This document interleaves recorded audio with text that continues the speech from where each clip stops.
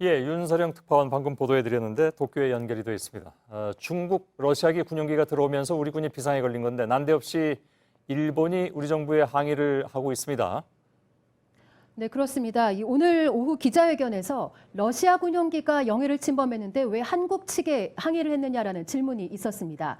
이에 대해서 고노 회상이 답변을 했는데요. 영공을 침범한 러시아에 대해서 우리나라, 즉 일본이 대응을 해야 하는 건데 한국이 조치를 취한 것은 일본 정부 입장과 상충하기 때문이라고 말을 했습니다.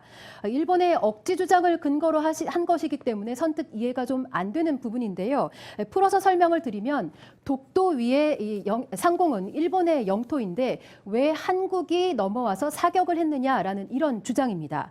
그런데 일본 주장에 따르면 러시아 군용기가 자기들 영토에 넘어온, 그러니까 영토를 넘어온, 그러니까 주권 침해 상황이 발생을 했는데 일본이 제때 대응을 하지 못했다. 즉 주권을 제대로 행사하지 못했다는 점을 사실상 시인한 겁니다. 예. 그러면 왜 일본 전투기가 출격했다고 했지 않습니까? 아까 리포트에서.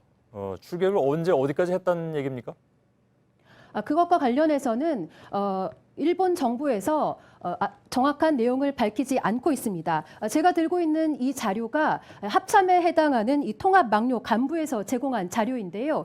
여기에는 이 전투기를 긴급 출격시켰다라고 대응을 했다라고 되어는 있습니다만 실제로 몇 대를 또 몇 시에 어떤 경로를 통해서 출격시켰는지에 대해서는 밝히지 않고 있습니다. 예. 밝히지 않는다는 것은 실제로 출격이 이루어지지 않았을 가능성도 있다는 얘기가 되는데 아무튼 일본은 출격을 시켰다고 주장을 하고 있으니까 다만 그것이 그렇다면 예를 들어서 출격이 근접거리까지 출격을 했다면 독도 상공까지 왔다는 얘기가 되는데 그런 얘기는 지금 전혀 우리 군에서도 나오고 있지 않아서 아무튼 여러 가지 좀 이해는 가지 않습니다.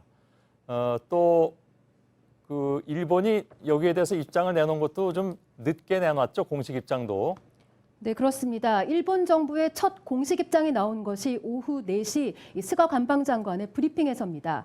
우리 정부가 이 언론에 러시아 군용기의 영해 침범 사실을 알린 것이 오전 11시니까 우리 정부에 비해서 5시간쯤 늦은 셈입니다. 예. 자, 그리고 일본 방위상이 한일 군사정보보호협정, 요즘 뭐 얘기가 많이 되고 있습니다만 지소미아라는 것, 여기에 대해서 처음으로 입장을 내놨네요. 네, 다음 달 말 연장 여부를 결정하게 되는 한일 군사정보보호협정에 대해서 이와야 다케시 방위상이 파기를 생각하고 있지 않다라고 말을 했습니다.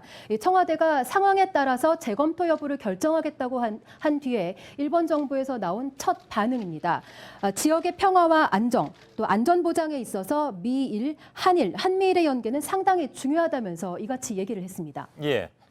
수출 규제 조치를 발표할 때는 안전 보장상 한국을 믿을 수 없다라고 했고 군사정보보호협정을 계속 유지하자고 하는 거는 이게 분명히 모순입니다. 전에도 얘기가 나왔습니다만.